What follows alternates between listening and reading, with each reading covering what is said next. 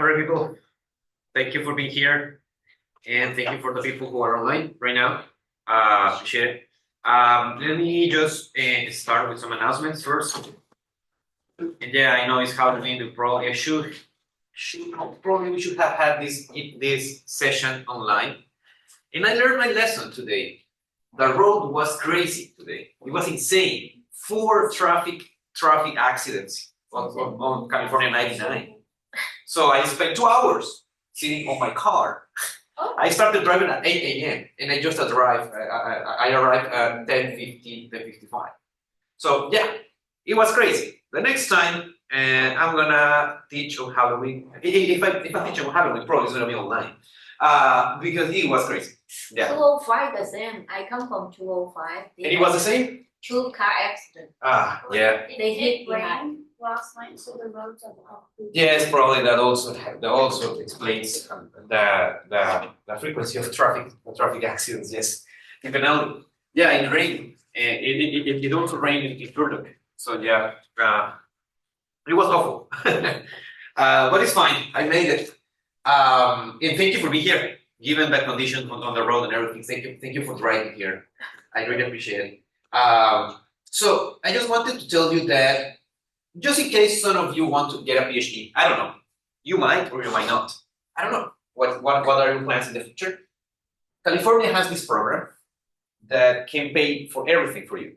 Ooh. Right? So I have some students who have applied, and some of them have gotten the award. Other ones are still waiting and applying again because it's very competitive. But if you're thinking about being a scholar or a scientist, of course, this could be a road that you can take, right? And as I said, the good thing is that they're going to pay for most of the expenses. As you know, a PhD is very expensive. So, and it's better to do it when you don't have children. If you have children, it's fine, you can do it. But it's better when you do have children, so you can spend your time, right? So for those who don't know what to do with your lives, well, this is one road. And there is I think it's a meeting on November 4th, and you can get more information about the program. I'm gonna forward this, or probably gonna paste it on Canvas, so you can have the information just in case somebody wants to apply. I think the deadline for applying is approaching very soon, and you have to prepare a lot of documents. So probably, I don't know, probably not for this year, but it opens every year. So if anyone wants to be a scholar, of course, you can apply the next year, and you can attend the information session. I'm gonna paste this on Canvas, and I don't know if you're getting these emails from CSU, or if you check your CSU email. Probably not. Probably you are more into Instagram and that kind of stuff. But yeah. This is something that is very. What's the criteria for that? To be honest, I don't know. I don't know. What I do is to help the students. They wrote me letters, and we check the essay. You have to do like an essay or like a cover letter where you explain why you want to apply. What are your goals, right, in the future as a future PhD student, right? But I don't know, to be honest. I would go and check the website. They have a website, and they have more information about it. But yeah, I don't know. And I haven't talked with the coordinator. I don't know what they're looking for when in the applications. I should actually. Yeah. But I can send an email probably and check. Oh, that's our team. All right. Cool. I'm gonna post this later on Canvas. Now, I don't know if you saw this, and I apologize for not having our meeting face to face on Tuesday.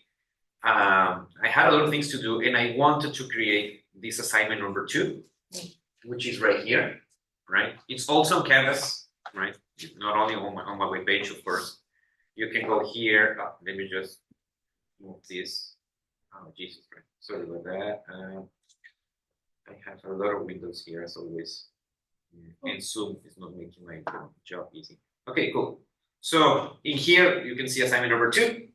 It it is worth more points because I kind of merge the weight in terms of work of two assignments into one. I think this one is going to work.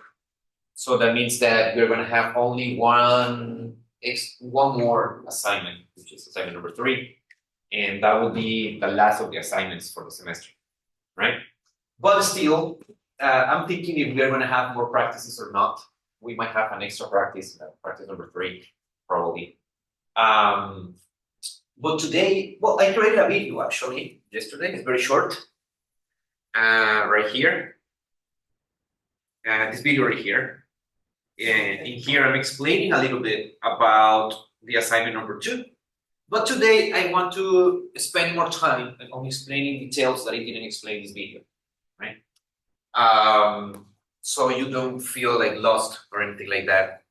And I found that very useful with other iterations of this class. Let me just check. Okay. So in this assignment number 2, you will see different things. You can go to my website if you have your cell phone or something or computer. You can just go to m-square.net and you will get access to this. If you are using your cell phone or something, you can do it. In here, you will see, as always, questions. I don't think I'm asking. I think I'm asking the same questions that I asked before, but in a different wording. And we can go through all these questions later today. But I want to point out something. In this assignment, it's not mandatory to use Jamovi, and it's not mandatory to use R. You could use Jamovi or you could use R, right? It's your choice. You can use either way, right?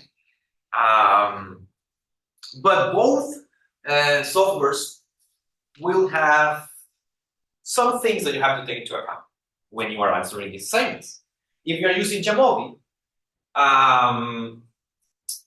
you will have to do some extra steps in Quarto, and I will explain why. If you want to continue using Quarto, right?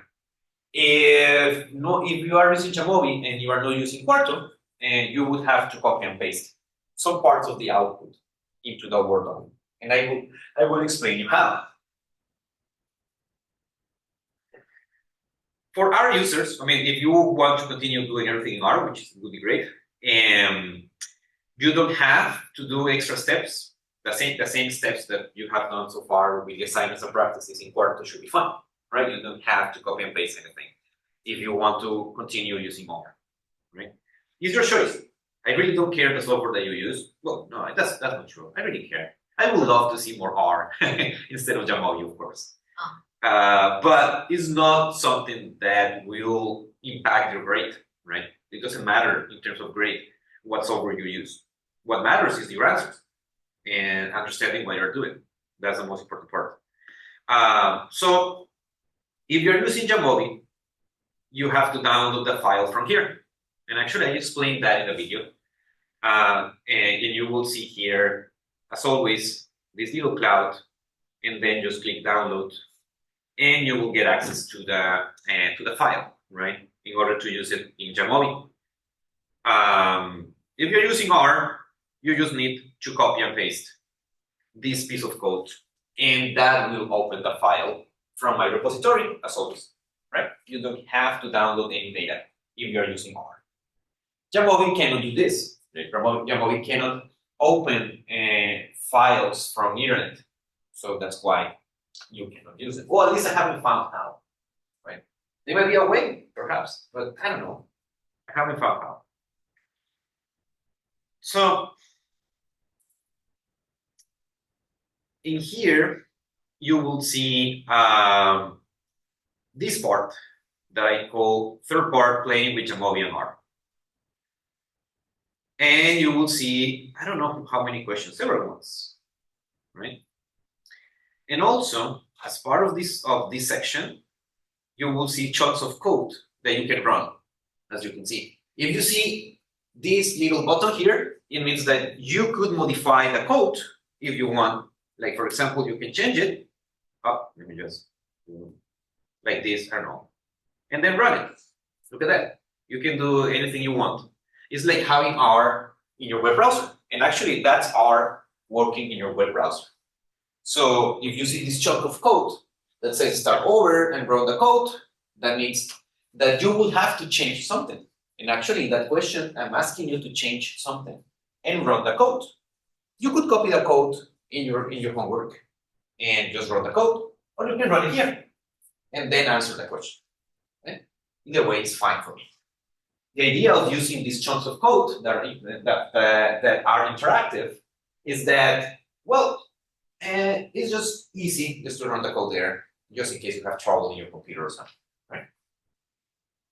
Little by little, I'm gonna be adding more interactive chunks of code, and because I found out how to make it easier, so it's gonna be more frequent. Professor, Yes, tell me. can you show me when to start over and run code? Because I'm not sure if mine's doing it. Oh, do you mean like start over like this? Yeah, what happens? Oh, what happens is that it resets, that changes. So for example, let's imagine I do here a very big number, Okay. right? And I run the code. And then if I click start over, look at that, it returns to the previous state. I'm gonna try it on mine and see. Yes, just change anything. Yeah, play with that. That's the Okay, idea. it works. Yes, just play with the chunk of code. That's the idea. It's a safe sandbox, so you can do whatever you want with that, right? Or you can even add more lines of code if you want. You could change it. Like for example, I could get the mean of this generated data. I will explain what is this exercise. I just wanted to tell you that this is awesome. Like look at that. You can actually add more code and get more estimations if you need to, right? So it's kind of nice. I really love this. I didn't have this when I started learning R. So it's kind of nice for me. It's wonderful to have R working on the web browser. That's something that is cutting edge, actually. That it happened. I mean, this software that I'm using for this added this feature like 8 months ago, and they are keeping updating all the time, and it's amazing. It's just amazing. I love it. All right, let's go here. Right, let's go to this to the explanation of this project. Probably didn't explain that very well in the video. I recorded that video when I didn't have a lot of time to record. So I kind of skipped a lot of details. So in this exercise, in the first exercise, you will have to use a data set called ANOVA data. You can download the data from here, as I said. You can also download the data from, let me show you, where it is, right here as well. That one is dimension and autobiographical memory intervention. That's the data that we're going to use. Right? Or you can just click here and download the data. Either way is fine, right? If you're using Jamovi, remember, if you're using R, you don't have to download anything, right? Just copy the code and paste the code into your Quarto document. Now, what is this research project? Well, this is a research project that I did with some friends. Well, she was my mentor back then, and we were interested on seeing or evaluating the effect of interventions on autobiographical memory. Is this word right here, right? Autobiographical memory. And autobiographical memory is one, how can I say, like one element in the construct of memory. Memory has different types of memory. One of them is autobiographical memory. That autobiographical memory is related to events of your life, of your personal life, right? And you might be thinking, well, it's not that the same as episodic memory. I don't know if you have learned or studied about cognitive processes. I don't know if you have taken classes about it or not. But you might remember there is something called episodic memory, right? Episodic memory is kind of a drawer. It's like a box where you are saving information about details that you learn for example, in school, right? You will say there that, I don't know, as I said in another class, like John F. Kennedy was killed in Dallas. That's a fact that you know from history, right? So that's also saved in the episodic memory. That's an episode of the humankind, right? But there are episodes or things that happen to you personally, right? Those have a different manifestation. And actually they work in a different way. And we know that also thanks to dementia. When you have dementia, well, hopefully you won't have dementia, but if you have worked with people with dementia, or probably you will in this career, I don't know. When people have dementia, they have a very hard time to learn something new, right? They cannot learn something new. It's very difficult for them. But they still have memories about their childhood or when they were teenagers. And those memories stay a very long time there in their minds. And why is that happening? Well, first, because we know that emotions are very important. Events that are very heavy on emotions, they are kind of printed in your mind. Like, for example, when you have your first child, that's something that you will remember all the time. Or when your father died, that's something that you will remember all the time. Or when your mother died, right? They have a very intense network of emotions. And that helps to these memories to stick in your mind. And that also helps with people with dementia. People with dementia, the thing that they better remember is their lives. So what this intervention was trying to do was to use autobiographical memory to decrease the amount of symptoms of dementia and help them to remember better many things and even learn something new. How? By talking about their lives. Like, what would you do with your grandparent or grandfather? You would be talking about things about their lives, right? But not in a very random way. They had to remember specific details about their previous life, right? Or events that happened in their lives. Very specific, like, for example, if I ask questions about where did you get married? You have to ask, well, give me the name of the place. What year it was? Do you remember if it was raining or not? Do you remember what were you wearing? Do you remember how many people attended to your wedding? Do you remember how long did you dance? Do you remember any specific fact that is very, very related and only related to the event?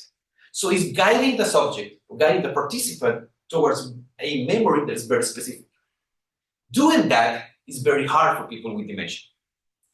If they manage to do it, if they manage to remember very specific details about their memories, what we see is that their executive function works better. That means that they are better at talking. They talk better because they exercise some connections in their brain that are also related to other actions that we do in normal life, like talking, like making sense of sentences or creating sentences that make sense. They start communicating more, and of course, they start recovering a little bit of their memories, even their capacity to learn something new. So this intervention was focusing on seeing, can we actually make them to remember better their memories? And therefore, that will have an impact on their capacity to, to solve problems, to talk, to communicate on many things, right? Well, we were very, very excited about this intervention, right? And we had 4 conditions for this experiment. The first group was a group where people had cognitive impairment and they got the intervention, right? Okay. They got the intervention. The other group, group B or condition B, were people that didn't receive the intervention, but they had cognitive impairment, right? They had a mild manifestation of dementia. Right? Condition C and condition D were healthy participants. They didn't have any symptoms of dementia, right? And what was the difference? Well, the difference was that, people in condition C didn't receive they received the treatment. They were part of the treatment. And condition D were people who did not receive the treatment, right? As you can see, I have two different types of control. I have people with dementia that did not receive the intervention, and people without dementia that did not receive the intervention. Those are controls, right? And they're controlling the effect of different things there. Our outcome in this project was the score of the Cambridge Cognition Examination, or for the acronym we call it CAMCOG. That's a very famous instrument in neuropsychology, right? In neuropsychology, we use a lot CAMCOG, especially in Europe. It's very famous. So we decided to measure several things like attention, memory, inhibition, long-term memory, short-term memory. Many things are evaluated with this instrument. But at the end, what you got is a simple score, right? So what we did was to compute a single score right here. So we have a score, or total score, for the intervention before, the score before the intervention started. That's our baseline, right? And we have the score after the intervention finished, right? Also, we have here one ID, one variable is the ID, and we also have, in here I'm just describing the variable group, right?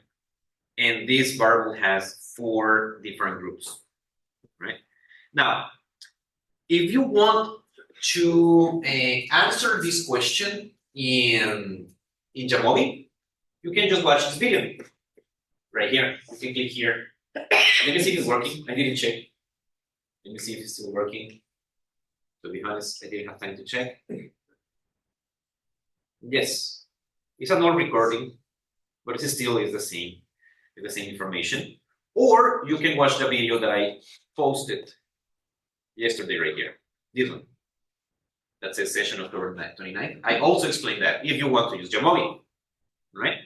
If you want to play with it, you can do it. Oh, let me just. Okay. And I'm asking you different things, right? Different things here. I already explained these videos. I'm not going to explain these parts today because I believe the videos are very, very self-explained, and they are good at explaining everything. And actually, in this video that I posted on Canvas yesterday, I explained how to solve everything with R. So if you want to use R, you can also follow that video as well. Now, this is the part that I care the most. And it's kind of a mini lecture because I don't remember if I explained standard error and confidence intervals to you. Did I skip that content? Do you remember? I think I skipped it. For some reason, I missed that part. So I decided to add something about it there. And actually, let me go to one of the presentations because I have something that I want to show you.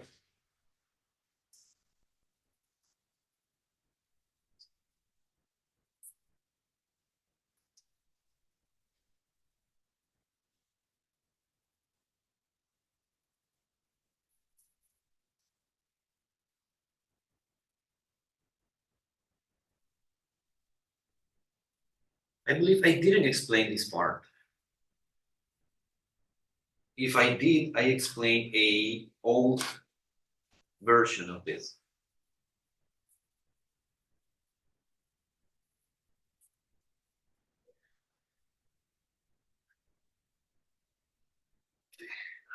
Did I explain this example with a lion? Not right. No, you remember that, right? Yeah, probably I opened a old version when I was explaining about mean differences, but let's do it. I just want to explain something here very quickly. And I found out about it last night. I was like, man, wait a minute, I kind of skipped that. Okay, I'm going to give you a metaphor, and I don't know if this metaphor will work or not. I took it from Westfall. I don't know if it works very well or not. I should create my own metaphor. But well, in the book, he has this this example of a lion. Let's imagine that you live very far, right, in a mountain or something. If there is a tiger, well, like we don't have lions, probably like a big cat, right? And that tiger or kind of lion, right? That cat is eating your chickens, right? And you're thinking, well, I need to kill the guy, right? I'm not saying that we should kill the wild animals, but sometimes they can hurt your production, right? So you have to do something about it. So this lion or this big cat is killing your chickens, right? So and you have data, you have observed that the lion sometimes it's around that place right here, right? Sometimes could be, for example, let me just go here. I don't know why that happened. Okay. Sometimes the lion could be here, right? Or sometimes the lion could be right here. So let's imagine that in time one, lion was here, and time two, I don't know, time three, this is time two, right? Was around here, and town is where do you live, right? This is the place where your farm is located, right? And you know that kind of the lion moves around the city in this perimeter, right? The lion moves around the circle. That's kind of the estimation that you have in mind. Like that's the perimeter that the lion or big cat is following, right? So you need to chase that animal somehow. But you don't know. You need confidence in your estimation. You need to know how, right? You need to know how to calculate if that perimeter has enough confidence to say, yeah, I should walk that distance, like 20 kilometers from town in a circle, and I will find that crazy and that annoying line, right? So you need to estimate that. You need to find a way to estimate that. And it's difficult, right? You don't really know where is the lion. You don't really know. But you can kind of predict that. It's similar to the electrons in the atom, right? That's why we also created quantum physics, but that's another story.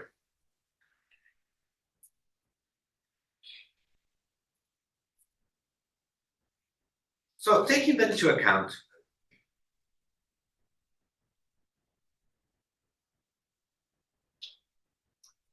let's replace here some names.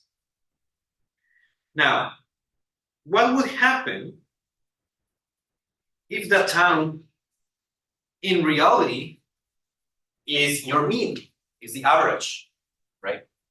And it's the real average in your data, right? Let's imagine that town is not a town anymore, it's just a mean, right? And every time you collect data and you get a mean, right?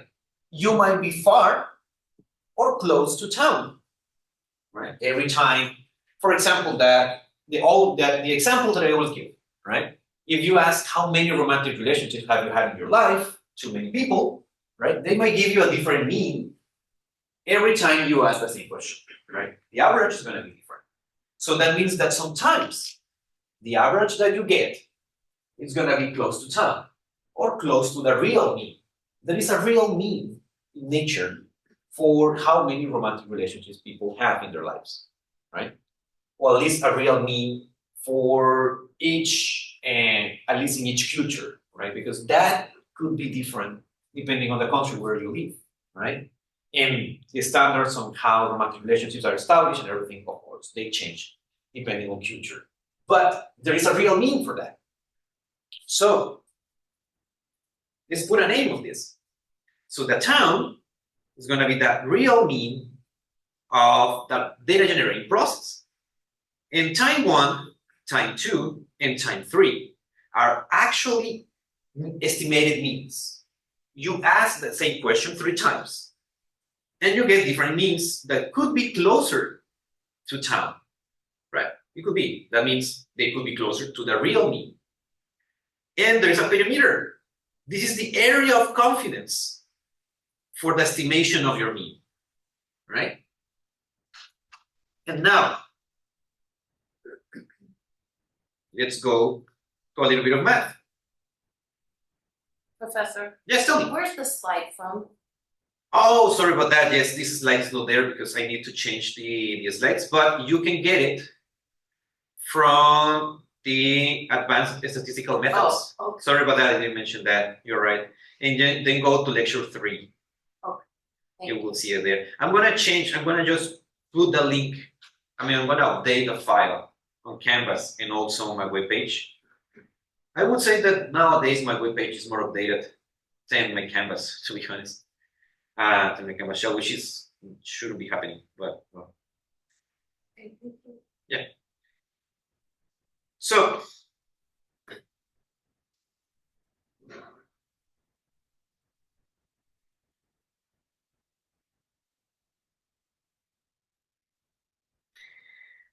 if we do a little bit of stats, we need to find one way to see how far we are from the mean. That means how far we are from the town, right? How far is each estimated mean from the real mean process? And in order to do that, we have something that we call a standard error, which is this one right here. This is the standard error right here. What we are doing is just dividing the standard deviation by the square root of the sample size, in the case of the mean. But in the case of any other estimate, that's kind of different. And now that I said that, the standard errors can be computed for any estimate. For example, you can get a standard error for the slope of the regression that I explained here. And you can know how far is the real mean, well, the real value of your slope, right? And how far is your model, your estimated model, from the real mean or the real value. In the case of the mean, this is the formula for that. And we are going to construct, and actually, let me just come back to this slide here, probably.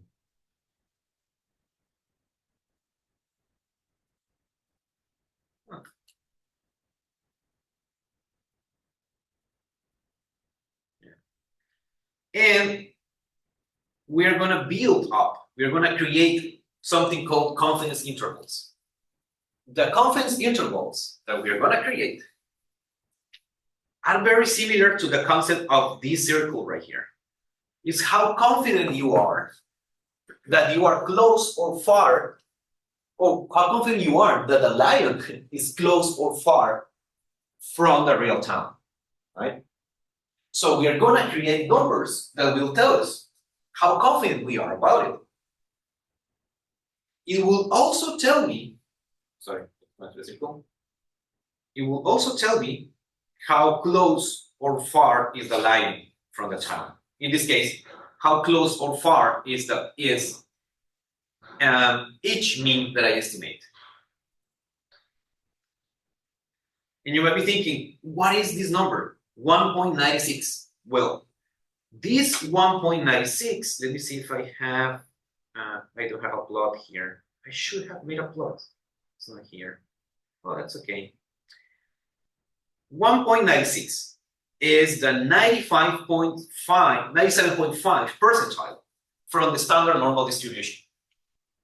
So that means that we are assuming that we can create confidence intervals based on a normal process. We are thinking that the real mean has a normal, that well, the distribution of means in nature is a normally distributed. That's what we are assuming, right? Which is kind of a very robust, well, not robust, but strict assumption. That's why sometimes we don't use this and we use other methods when we know that the process is not really normal, right? But that's a story again for another type of class. But let's stick with the assumption. Let's assume that if you do the same analysis, if you do the same project multiple times, and you get the mean multiple times, all these means are going to be normally distributed. Remember the central limit theorem? I didn't ask about it actually in the science I should. In the central limit theorem, what we believe, well, what is a truth actually, if you get the mean of every time you do the same study, all these means together, let's imagine that you do 1,000 studies, right? And you get a mean. The distribution of those means is going to be normally distributed. That's a fact. That's something that happens all the time. So that's why we use the 97.5 percentile to create these confidence intervals. And you can change it. You can use any percentile. This formulation will give you something that we call 95% confidence interval. That means that you are 95% confident that the real value is between the numbers that you're going to estimate, right? You're going to see an example later.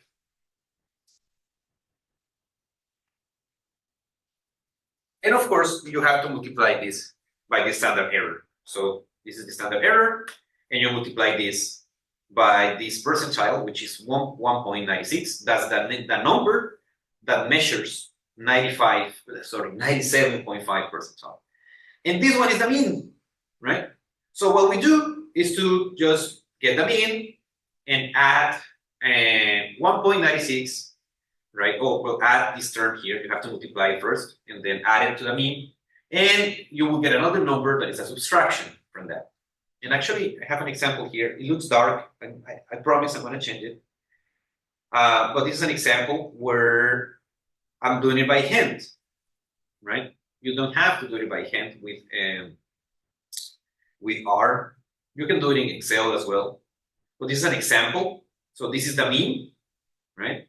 And what I'm doing is getting the standard deviation and then divide that by the square root of the sample size. And here, I'm going to create two numbers. I'm going to get the number that represents the lower bound and the upper bound. And let's see it right here.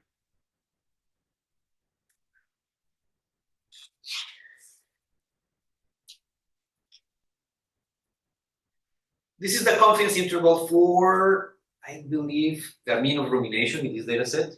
Yes. So this is the confidence interval for that. So we have two numbers. We have this first number, which we call the lower bound, and this number 31.4 is the upper bound. So what we are doing is trying to imagine, well, you can imagine something like this, right? We assume there's a normal distribution, and we are getting values, and there is a real mean right here happening in the middle. The real true mean is right here. But we don't know the value. We never know. We need data. We need to collect data, lowercase, in order to be kind of closer to that, right? But we will never be really close to that, right? Well, we could if we have like 10,000 observations or 20,000, but that's very expensive. So what we are doing is creating these intervals. So this number could be positive or negative, and this number could also be positive or negative, depending on where the estimation of the confidence intervals is located. So, for example, let's imagine that, this is not the one that I'm using, sorry about that. Let's close this. Yeah, now it's working. So, let's imagine that the real mean is right here, right? This line is a real mean. But when you got data, the confidence intervals that you estimated were these ones, right? So you are kind of far from the real mean, right? So let's imagine, let's put numbers here. Let's imagine that this mean is 100, right? So you are closer with this confidence interval, right? These two lines right here. Let me just use other colors probably. So these are my estimated confidence intervals. So if you have a very small amount of data, you might be a little off of the real value, right? Now let's imagine that you collect more data. Let's imagine that you have more money and you have now more observations. So let me just do this. Let me grab color black. Where is black here? How did I get black? Oh, it's black over here. I didn't want to do that. Black disappeared from the options. Well, I wish you could see this. You see it, right? So look at that, black isn't there. It used to be there. I don't know what happened. But yeah, so let's imagine that you collect more data, right? And now your confidence interval goes from, I don't know, from 40 to 110. So yeah, now you are closer to the real value, right? That could happen. But again, you don't know that because these are estimated values. We can only try to find ways to evaluate the model and evaluate the model in a way that you try to find the model that best fits the data. That's the only way that you can be sure that you are kind of closer to that. And we have standard errors for that, and we will estimate confidence intervals for it.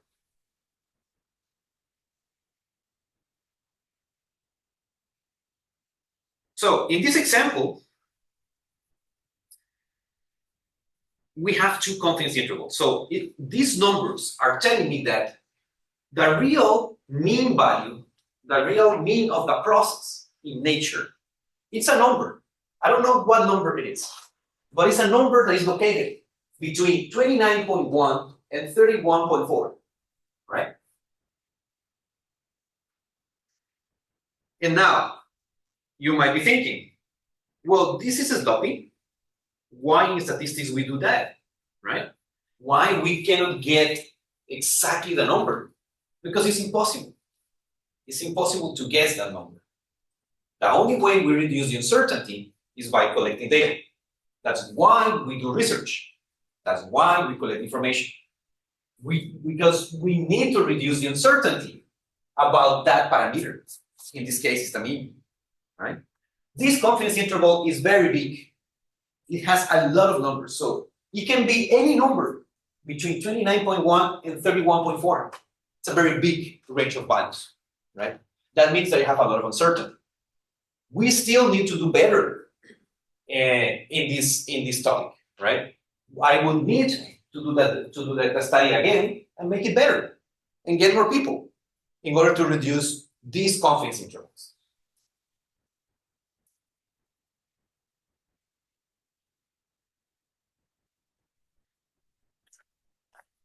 And now, this paragraph is how you should read a confidence interval.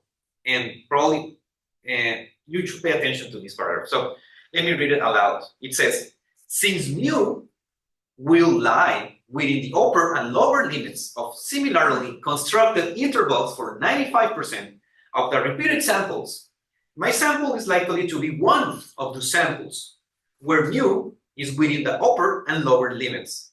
And I'm therefore 95% confident that mu is between 29.1 and 31.4. That's how you interpret the official interpretation, or you say, of this confidence intervals. Now, let me kind of unpack this. There are some key words here. It says upper and lower limits of similarly constructed intervals. And also it says 95% of the repeated samples. And you might be thinking, well, But if I do one study, why it's saying that it's repeated samples? I didn't do repeated samples. I mean, it was only one. I just went on campus and I was like, yeah, just ask a question, right? Well, that's something that is an assumption. And that assumption comes from something called frequentist approach or frequentist probability. In this theory, we count or we trust the possibility of repeated samples. That means to do in a long run the same experiment or the same study. So we assume that there is a possibility to repeat the same study infinite amount of times, which is kind of weird. But if we do that many, many times, 95% of the times, the real number will be located between these two numbers. That's what it says. 95%. If I repeat this multiple times, 100 times, 1,000 times, right? If I do the same study multiple times, 95% of the times, the real value is going to be between these two numbers. That's the main point of the paragraph right there, right?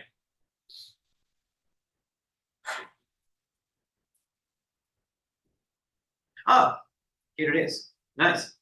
I didn't know I needed this. Perfect. Oh, black is here now. Cool.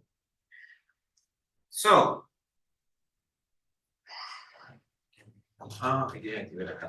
so this is one example, right? In here, I have the real value, and this is multiple means. What I did in this histogram was to sample that data from the normal distribution 100,000. You see, yes, 100,000 times, and I get 100,000 means, right? Imagine that this is like doing the same study 100,000 times, and you get a different mean every time you do the same study, or the same question. How many romantic relationships have you had in your life? You do this question, you go on campus, and you ask this question on Monday, Tuesday, Thursday, until you do that 100,000 days. And you get a mean out of those 100,000 days, right? And that's the distribution that you will get. It will be normal. And you can do it in your life if you have time. And at the end, it's going to be a normal distribution. But in this case, we simulated that. We don't have to go on campus and do it. Even though the real experience is good. What we are doing is trying to find, right, the real mean where 95% of the information is located. That's the whole point.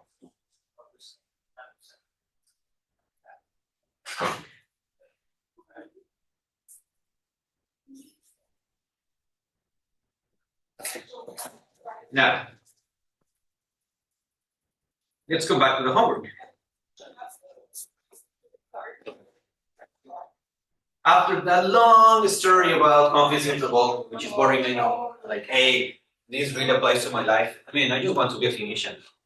I just want to work with people, right? Many of you probably are probably thinking about it. Like, this is useless. Why this guy is so excited about numbers? Well, let me tell you why. It's because when you are professionals, you have to interpret scientific content. Your practice has to be based in science. Otherwise, your practice is useless. You need information, you need data, and you need information from scientific articles. You need to understand this. You need to understand when a paper is crap and when the paper is good. When the scientific article is giving you real information or when the scientific article is giving you garbage. And why I'm saying this? Well, because even though most of the articles are peer-reviewed, that means that they were reviewed by other scholars in the scientific world, right? Even though that happens, some articles are published under very sketchy circumstances, and sometimes the results are not good because the data that was collected was not the best, or the person who wanted to publish this, I don't know, he or she pushed the publication because he or she needed for an award or something. So sometimes information is not very reliable. So you need to check that. You need to check that the paper is solid, is robust, that the article is robust. And you can base your private practice on something that is pretty scientific and has a robust evidence about it. So the concept of standard error and confidence interval is way important in order to evaluate if an article is good or not, right? Or if the model is good too, right? You can evaluate if the authors did a good job finding a good model. A bad model will create very big standard errors. A decent model will kind of estimate standard errors that are a little bit narrower, right?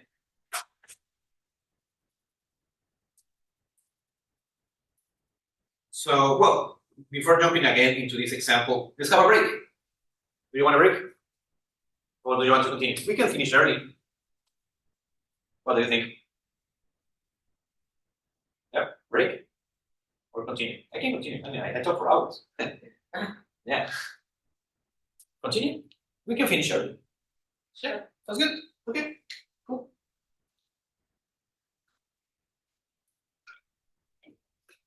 All right. So, in this question right here, actually, let me come back here.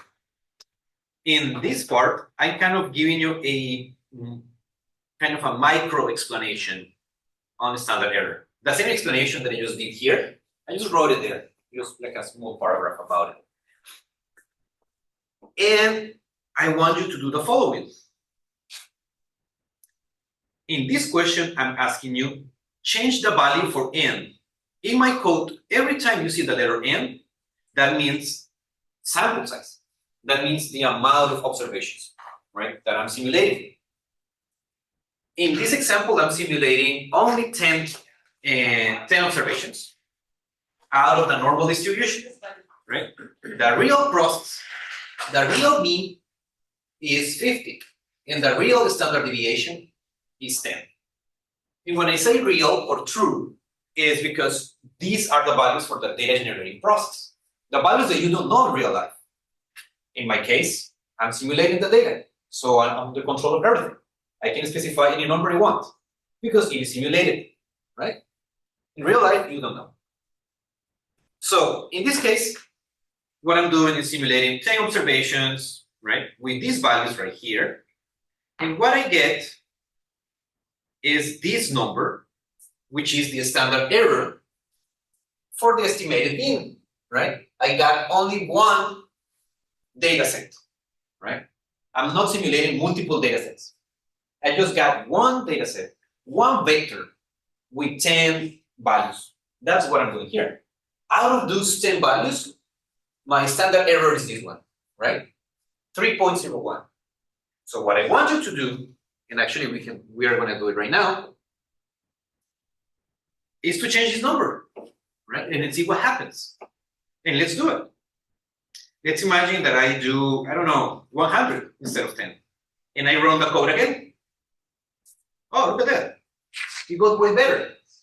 Now it's lower. The standard error was 3 point something, and now it's 0.91. So that is telling you that you are 0.91 units closer to the real value. Let's do it again.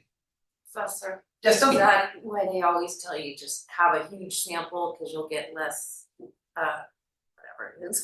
Exactly. Exactly. Okay. Yeah, that's the idea. The idea is that you could just get a very large N, like this one, for example. Let me see how much time it takes to estimate that. It might take some minutes. Oh, it was very fast. I'm amazed by this, you know. So look at that. If I do 1 million, that's what you typed? 10 million? No, I typed 10 million. My standard error is 0.003. Wow. Way closer to the real number, right? That's amazing. So that's why we need large sample size. But it's not only about a large sample size. It's not only about large samples. The other thing that is important is how you measure your variables, right? If your measurement is poor and is crappy, of course you will have crappy numbers. Can you give an example of? Of a bad measurement? Maybe I should. Yeah, no, let me see. Let me see if I have an example of a bad measurement. versus a good one, you know? mhm.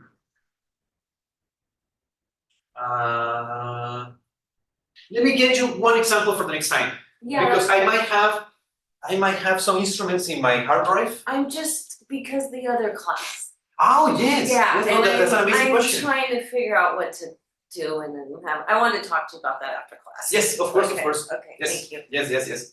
But yeah, that's a good question. I would say that, oh, I have an example actually very intuitive. Let me just go to Word. Follow me. Sorry about that. Sometimes Windows doesn't work very well here. Well, probably I can do it here. No, because I need to type. It's just I cannot see my bar. For some reason, Windows is kind of frozen. Now it's working.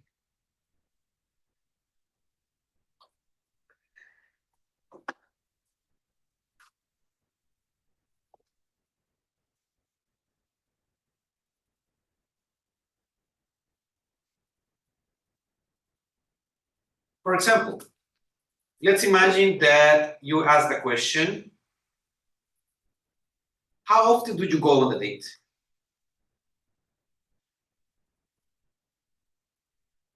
Right? That might be a question if you are talking about human relationships, right? How often do you go on a date, right? But the response options are something like, for instance, it could be always and never go. So you are given, look at the question that you're asking and the options that you're providing. They don't match, right? That's a bad measurement because the statement doesn't match the options. You are asking about how often, and people should be able to answer how often. It could be a number, right? But it still is bad. But how often in terms of what? In terms of months, in terms of frequency, or how do I answer this question, right? So you might make it more operative. And you might say, how many times in a year,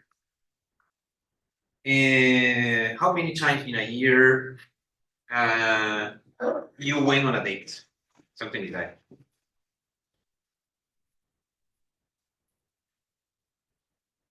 So now you are given a time frame for the participant.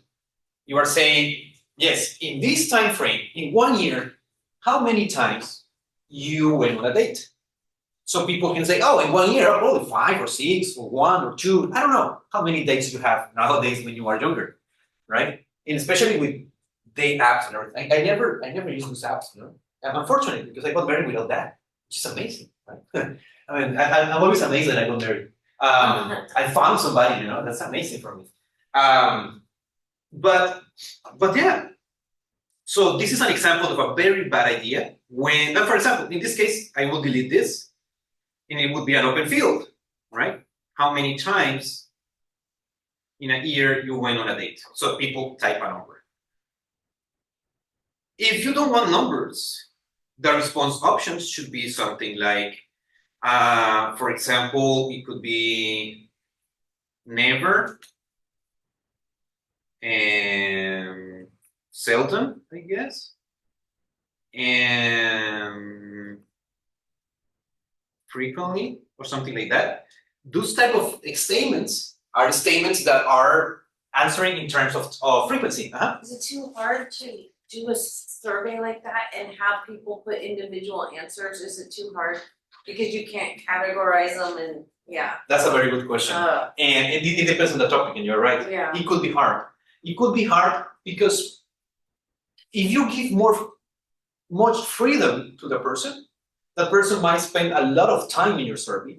And the person at the end complains like, oh, this is a very long survey, but man, you're taking a lot of time answering. But if you reduce the options, they answer fast. But you are true. You are missing information. That's why you need those. Exactly. Those statistics. Yes, statistics will help. but also a mix of different questions, all right? Because you are completely right with the question. You are thinking, hey, but if I limit the options for answering and missing information, and you are right. It's always better to have a number. That's why the models are always wrong, right? Exactly. That's why they are always wrong. Yeah. We always do something wrong, and models will be wrong too, right? But we need to find a model that is best. But yeah, this type of inconvenience that we have in social sciences is something that we need to deal with all the time, right? And of course, there are tools like reliability scores, validity scores that we can use in order to kind of have an idea of how good or how bad is our instrument, right? And that's something that we call psychometrics. And actually, Denise is taking my class, and we're talking about psychometrics. And that's a field that I love the most too. But yeah, that's another story. But that's kind of example of a bad or good item. I will try to provide an example of a bad and good instrument. You're right. And actually for the other class too, I should do it. Yeah, in a template for how to create the final, but that's on my list for later. Thank you. Yeah, no, my question. No, actually, there was an excellent question. Oh, right over here. Did I? Ah, I dropped the sharing. Sorry about that. Now it's great.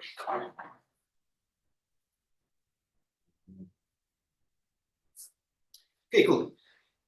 I was saying, yeah. What is the main point here? Well, by adding more observations, the standard error is smaller, right? And I say that's not the only condition to get a better standard error. The other condition is to have the right model for data. And what I mean the right model is something like this. For example, let's imagine that, let me come back to drawing again. I draw a lot. I should bring my tablet.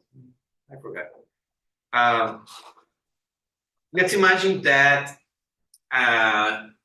you have, for instance, and actually this is going to be an introduction a little bit for the next topic that we're going to study in a few weeks. Let's imagine that you want to quantify the probability or estimate the probability of surviving cancer. Right? Let's imagine that you are studying breast cancer. Right? We know that breast cancer, actually nowadays it has a more successful rate, right? People are not dying as frequently as before, right? Because of breast cancer, which is good.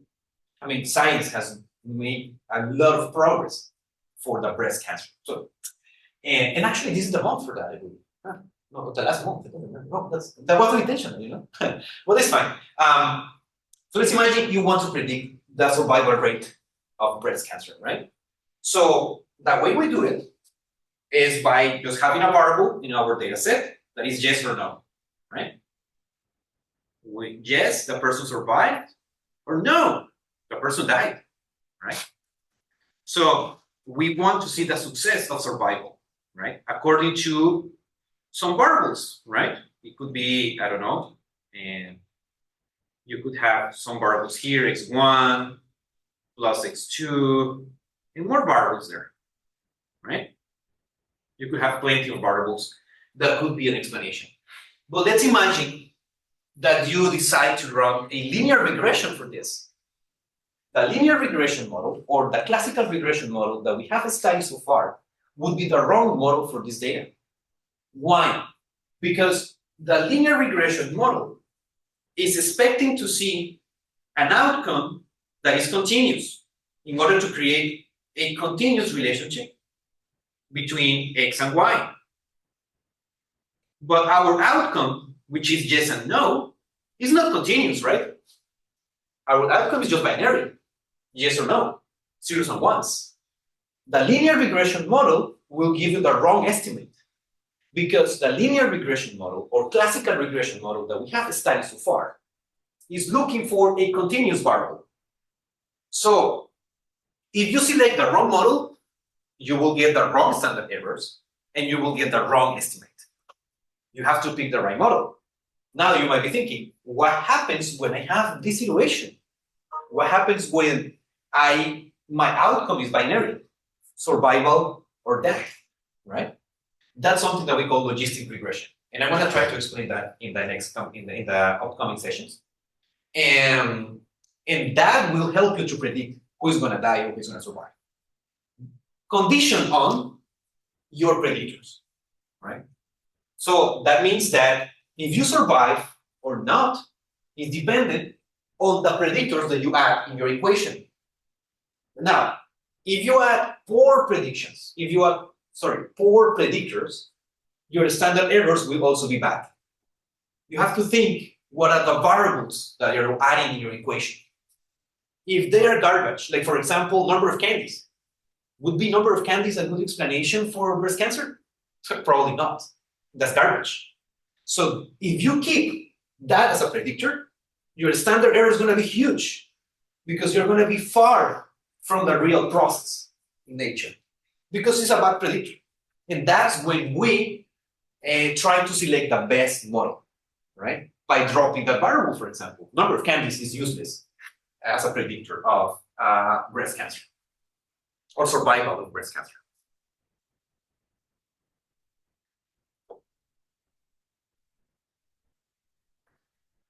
All right, let me come back to the assignment. It was here. Perfect. So how do you answer this question?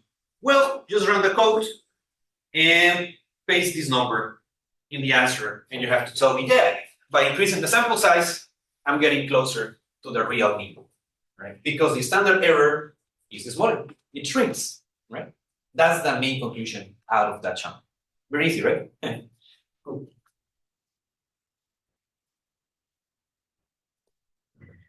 Now, confidence intervals. Confidence intervals are related to the standard error. Why? You are doing that, Windows. You are killing me. Okay, cool, read here.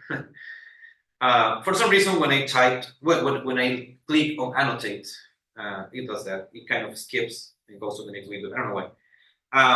But the standard error is here. So when you create confidence intervals, they are going to be affected by the standard error. So the confidence intervals will have the same property. If your standard error is huge, your confidence intervals will be huge too. That means that they are going to be very wide and they will have a lot of uncertainty. And let me explain you this with this example.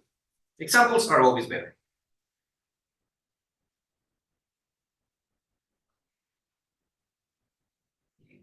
Please annotate. All right.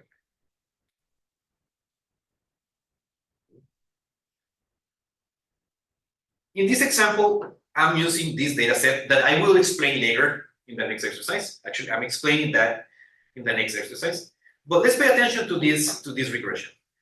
In this regression, look at this, it's a regression model right here. Let me make it probably a little bit bigger for the people online as well.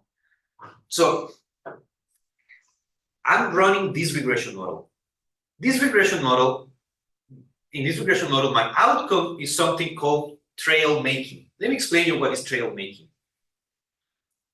And probably you're thinking now, why this guy is making a lot of explanations of the data and everything? Well, because this is a psychology class, and I take advantage of that this is psychology, and I explain other topics that are related to the data, right? That's why this. But well, let me explain you what is a trail making test. And actually, I think I added a link right here. Yeah. I'm a smart guy. This is a test that we use in neuropsychology. In this test, the participant that is normally an older adult, right? It's more older adults. They have to link with a line all the numbers in order, right? So they have to go start with 1, 2, 3, 4, 5, and do the association of the numbers with a line, right? They have to go in order. So this is the part A of this test. As you can see, it's not very complicated, right? Many other adults will get it very fast. And the second part, they have to match letter and number, right? they have to match with a line. They have to match number 1 with A, number 2 with B, and so on, right? And just continue in that order, right? That action, you might be thinking, yeah, that's easy for me. I'm young. I can do that very fast. Yes, but people with dementia has problems. They may delay more, right? And this test is a very good predictor of dementia, actually, right? So we use it all the time with people with and without dementia in order to do a screening, right? So in this data set, we use this test. We call it the trail making test. And it has 3 parts, I believe. No, 2 parts. There are different versions. There are also versions for teenagers, for children with happy faces, sad faces, and other stuff, right? In order to evaluate neurological damage. So there are other ways to do it too, but it's more common to see this assessment when you are studying older adults, right? So in this example, let me just come back there. I'm using the score of the trail making part A, right, as an outcome. And I'm using this variable called, actually, the name of this variable is right here. Oxygen uptake efficiency slope. What is that? Well, this is one measure of the amount of oxygen that you can take, the maximum oxygen that your lungs can keep flowing when you are doing a very, very vigorous activity, right? A very intense physical activity. And what is the purpose of this study? Well, the purpose was to see how physical variables are related to mental variables, right? To mental constructs or cognitive constructs, right? So in this regression, what I'm doing is a relationship between the amount of oxygen that people can take under a very intense activity as a predictor of their performance in the trail making test, right? And look at the confidence intervals right here. Now there is a new column here that says 95 CI, right? These are the confidence intervals for my slope and for my intercept. Every estimate in statistics will have a confidence interval and a standard error. So in this case, we are not estimating a mean. We are estimating a slope, right? And an intercept for my regression. Both will have, of course, they both will be far or close to the real process. So there is a number, there is a real number for the slope of OUES and as a predictor of trail A part, right, of the trail making test. There is a real number for that, but we don't know that number. This is the estimated number. And the confidence interval is telling us that if we repeat the same study multiple times, 95% of the times, the real number will be a number, any number, between minus 3.29 and 45.35. That's a huge confidence interval, right? Look at that, even 0 is there. That is telling me that 0 could be the real value. If 0 could be the real value, that means that there's a possibility that there is not relationship between OUS and the trail making test, right? So given that my confidence interval is very big, to be honest, I cannot trust this estimation. I don't know. I have a lot of uncertainty. So I don't know. Even the p-value will always be related to the confidence interval. Look at the p-value.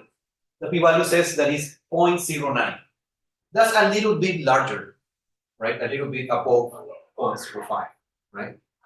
And that happens because this confidence interval is very wide, and also because 0 is there, right?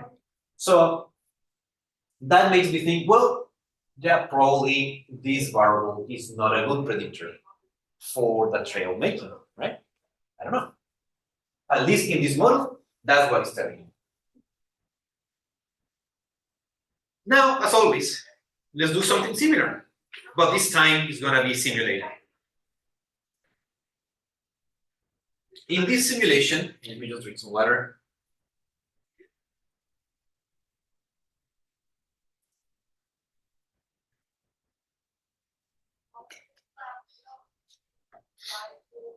In this simulation, I'm gonna follow this population model or data generating process model. So this is the model that will produce my data. In this case, the real slope for the first predictor is 0.2. The real slope for my second predictor is 0.3. That's the value of the real slope, the true slope. And 0.4 is the true slope for my predictor number 2. Right? Those are the real numbers. But of course, I'm under control of those numbers. I just made it up. I can put any number there if you want. You can do it too. You can put any number. It doesn't matter.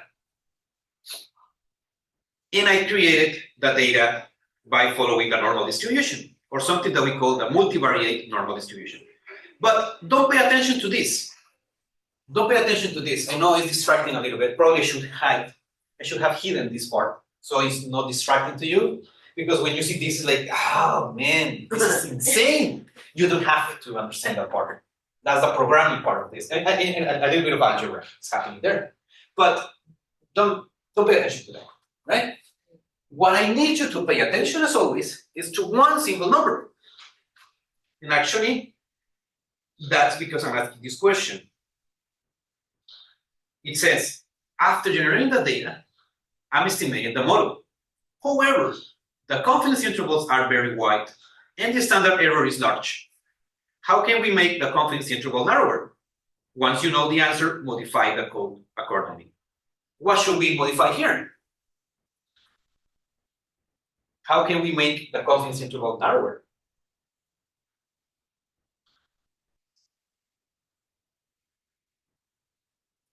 What do you think? Changing the number, Number of what? lower.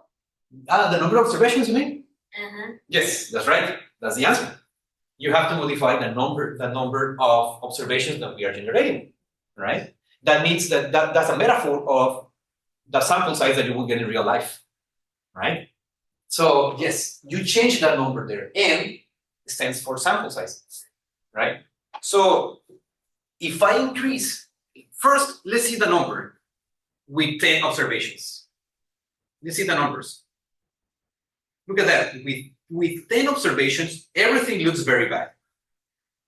First, when sorry about this X thing and everything, I will make it better. I want to change the names.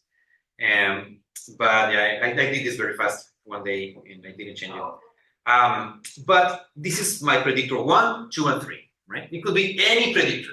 This is just simulation, right? Look at the p-value right here. First, the p-value is way larger than 0.05. It should be lower than 0.05. Why? Because I created this data. I know that in the real process, they are related. And they are not related by chance. They are not explained by chance because I simulated the data. But when I collect data or when I simulate data with only 10 observations, look at that. The p-value says there is no relationship. And look at the confidence interval. The confidence interval is huge, right? It's a number that goes, for example, in this case, from minus 1.29 to 2.17. So it's a very big number of values. That means there is a lot of uncertainty. We need to reduce the uncertainty, right? And look at the standard error. The standard error is 0.71, 0.72. It's kind of a big number if you think that this data is simulated, right? I know the answer. I know they're related, but it's telling me that they are not with 10 observations. Now, let's increase the number of observations, and let's do 100, and then run the code again. Oh, look at that. Look at the p-values. Now, they look different, right? With only 100 people, right? And that's kind of closer to the real process.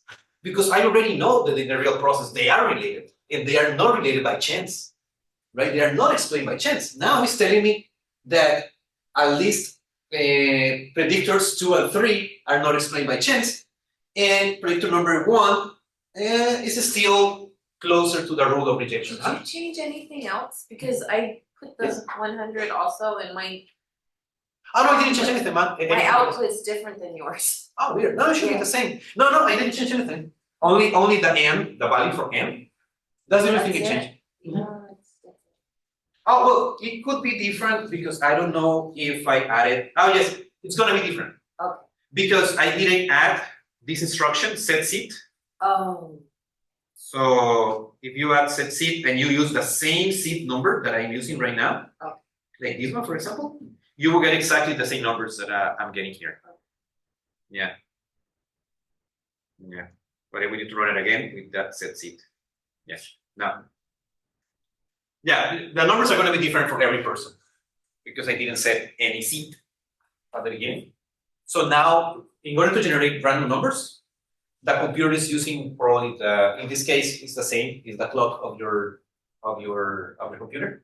So that's what it's using as a random number generator. All right. And I said, well, the confidence interval. Look at the confidence intervals. Now they look a little bit better, except for this one. This one is still a little bit white, right? But this one and this one, they are narrower, right? And actually, we know that the real number, for example, for x1 is 0.2, right? And it's telling me that it's a number between minus 0.03 and 0.32. That's still very far. But look at this one. For predictor number 2, the real number is 0.3, right? And the estimation, the coefficient is 0.3. That's pretty accurate, very good. But it's telling me that it's a number that is located between 0.14 and 0.49. It's still very wide. We already know that the real number is this one. You can see the real values. These are the real values, right? Let's do it again. Let's add more people as always, right? I do it again. And look at that. The standard error is very tiny. It's a very tiny number. 0.00, no, 30, 0.003, and at the end, 2.234. So it's a very tiny number. So it's telling me that, yeah, I'm very close to the real number, right? With, and of course, I'm using 100,000 observations. And look at the estimate. The real value for the data generating process is 0.2, and the estimated value is 0.2. Nice, it's the same, right? The same happened with the second predictor. The real number is 0.3, and the estimated number is 0.3. Nice. And the same happened with this one, 0.4. Well, this one is a little bit deviated, 0.41. That's fine, right? And look at the confidence interval. Look at how tiny they are in the sense that, I mean, you cannot fit a lot of numbers here. So now it's telling me that the real number is a number between 0.20 and 0.21, which is true because the real number is 0.2, right? But there is less uncertainty. These two numbers are closer to each other. So that means that the range of values that are inside this confidence interval is smaller, which is good. We reduce the uncertainty by adding more information. And that information is more people, right? Now,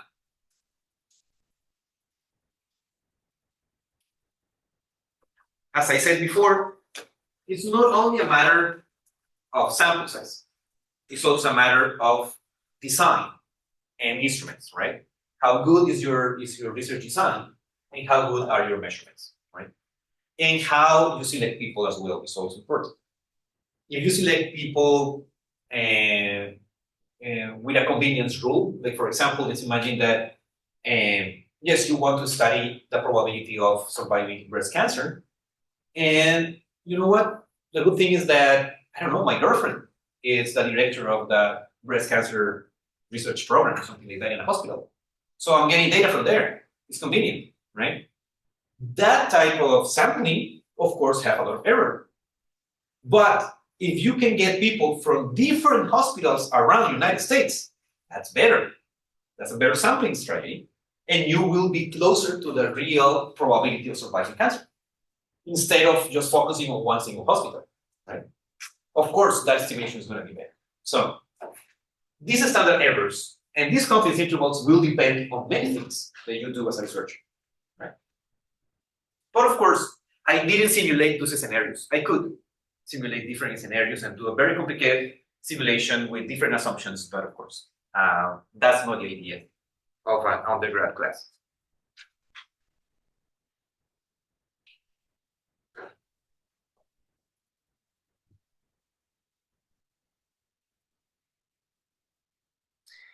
And finally, there is an exercise here for an exercise related to selecting the best model.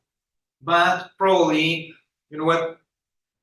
Let's keep it up to here. I can explain this in the next session. And you can try to do it by yourself because I already provided a code, right here. And there's a big explanation. But I can explain this code later, probably in the next session, if we have time. I can focus on this a little bit better. And also, I didn't record, I don't have a video on how to solve this question on Jamovi. So I need to create that. Or we might do it together in the next session, right? On how to do it in Jamovi. But don't feel bad about the code or like it's scary. It's not scary. You will see that it's Oh, I'm just curious how many people want to do Jamovi and how many want to do R, but Good question. That's a different. That could be an item for my second survey that I have to deliver later in this class. I'm going to send you a link after I submit your grades.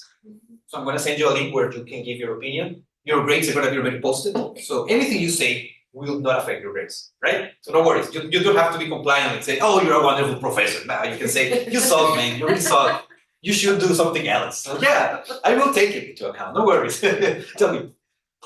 I want to know, like, in this assignment too, is we do the assignment with the R or Jamovi better? Which one better? Like, well, I'm gonna be biased. For me, always is gonna be better R. R? Yes, Okay. because it's, as I said all the time, it's something that will get you a job, and it's something that will get you skills to understand what you're doing, because it doesn't have defaults. So you have to learn what you're doing. You have kind of think about it a little bit more. In Right. Jamovi, you just click, right? So I would say that for learning and career-wise, R is better. R better. Yes. Because I know each program they have pro and con, but specific this assignment too, they target on Jamovi or R. You know, if you create on Jamovi and then you need consistently follow for that. But if you in the midway, you say, oh, R better, and then you change, is take a lot of time. Well, but that could be an option too.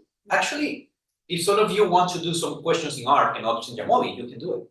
For this assignment, any assignment, I mean, because this is a place where you can make mistakes, right? Nobody's asking you for a report.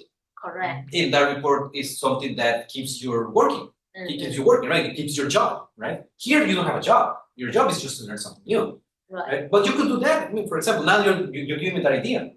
If you want to do something in Jamovi and then switch to R, you could do it, right? It's not a problem. Oh, just before we leave, I need to explain you something. Just in case you want to use Quarto and Jamovi. Right.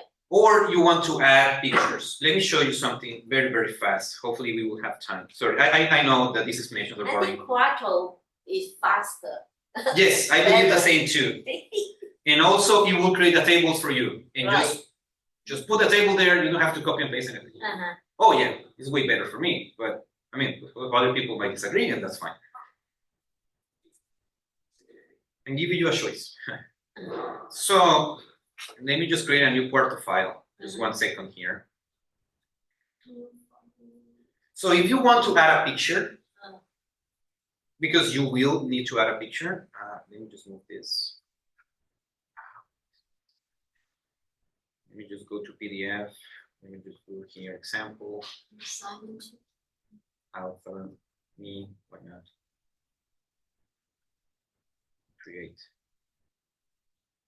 So the way you add a picture on Quarto, let's imagine that you want to add a meme or something, right? Because I love memes, why not? You would have, well, let me save this first. Or you know what? Let me show you an example from my gallery. Behind this is better. 2024. This is assignment 2. Right here. So the way you add a picture, let me show you here, is for example, following this piece of code. And in this case, I added this picture by using exclamation point and square brackets, and then between round parentheses, just add the name of the picture. But the picture has to be inside the same folder along with your QMD file, right? Because Quarto thinks that everything that you need is in the same folder where you save the Quarto file, right? So you will try to find that picture there. So this square bracket in this case is empty because I didn't add any caption, but let's add a caption. For example, let's add a caption, right? And when I render this, it will take a while. Well, when I render this, here you will see a caption that says, picture number 1 says this, right? You can specify the caption in the square bracket. But for this class, you don't have to. You can just follow this. Now, remember that you can always Google the solution, right? If you go to Google and you type how to add a figure in Quarto, look at that. The first link is figures. And actually, the people who developed Quarto did a better job explaining the part. So look at that. This is the code. For example, in this case, they added this figure with elephants. So yeah, you can just copy this code and change accordingly, right? So if you want to add a meme or like a picture of a table or something, you could do it, right? Something that was generated outside R, right? If it's generated in R, you don't have to do it. The picture is going to be there automatically, right? But if it's outside R, yes, you would have to use this piece of code in your Quarto document, right? That's the only thing I wanted to tell you, just in case you want to continue using Quarto and you need to add pictures or any figure, you can do it like that. And then which one have more points? Jamovi have more points or Quarto have more points? More points? Oh, I will give you points only if you use Quarto, yes. Oh, Quarto. Okay. Yes, of course. Yes. Extra points, right? Yes. Mm-hmm.